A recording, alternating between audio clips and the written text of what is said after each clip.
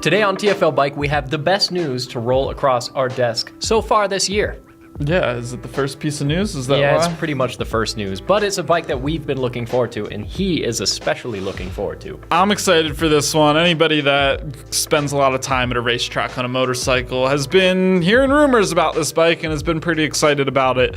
And we have an all-new 400cc Super Sport to tell you guys about. Yeah, the Kawasaki Ninja ZX4RR, and the one that we have a picture of here is the KRT edition in this bright green, classic to Kawasaki.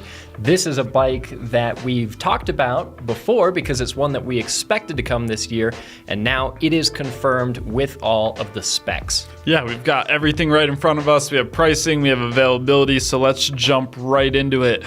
Like Case said, the name of it, ZX4RR KRT edition. I believe they're only doing the KRT edition, at least at launch, but probably we'll Definitely see some down the line. Yeah, we'll see some other There'll be colors, and then this will be the more expensive one with the race graphics on it. But talking about what's powering this bike, it is a 399cc dual overhead cam inline 4-cylinder that makes 26.5 pound-feet of torque.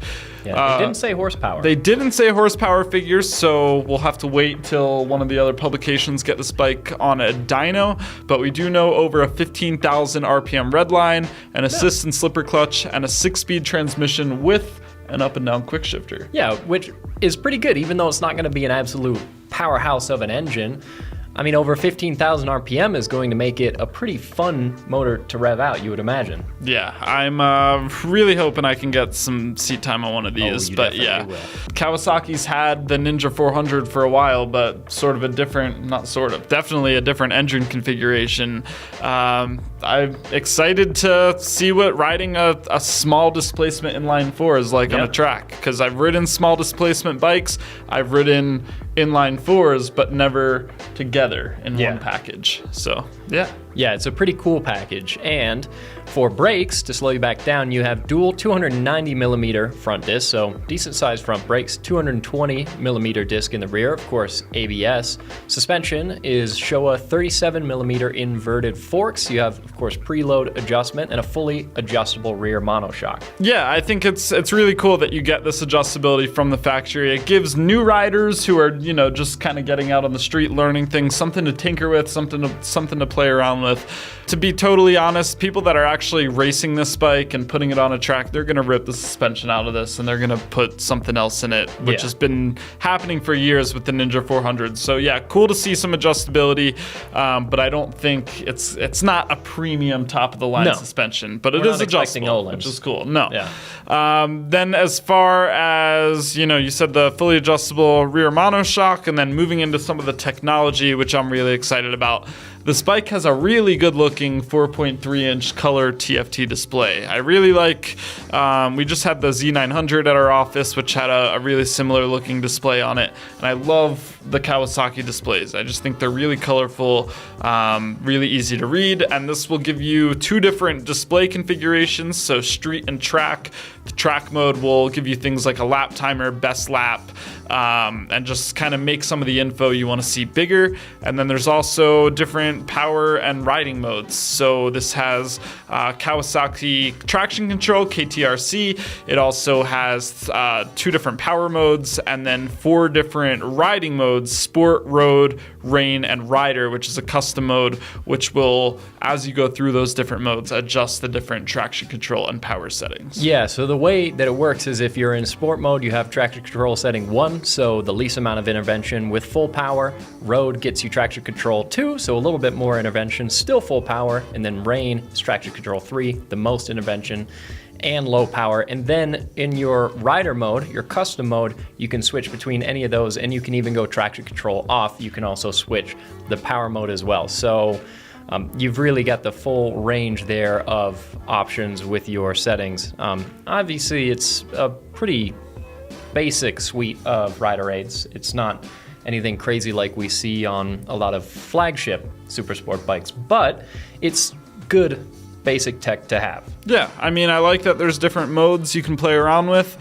On a small displacement bike like this, I'd probably be in sport mode all the time because, let's be honest, Well, Well, part of the fun of a small bike is it's easier to ride hard. Exactly. You can ring it out, and sport mode on this is probably similar to rain mode on a lot of other bigger displacement bikes. So it's cool to see nonetheless. And again, this is a bike that I know I keep going back to the track thing, but that's kind of where my brain's at with this. But this is a bike that a lot of people are going to look at as their first motorcycle or even second motorcycle. It's going to be a popular beginner bike, and I like that it has some features you'd find on a much more expensive, much more premium bike to get riders into it and get people excited about it. And it does have a quick shifter as well that works above 2,500 RPM. You can also hook it up to the Rideology app. There's a Bluetooth chip in the dash that connects to your phone, gives you vehicle info, a riding log, your maintenance schedule, settings, so you can pull up a lot through that app. But no, like you said, it's probably going to be a track bike for a lot of people, probably also going to be a first bike for a lot of people. I think there's still a place in the market for the Ninja 400 because it's less aggressive. That's still going to give you that sport bike styling with the full fairing, but it's not going to have as aggressive of a riding position. I think realistically, it's a lot more affordable too. Yeah, I think if you're looking at a first bike, probably the Ninja 400 is going to be the better option for you.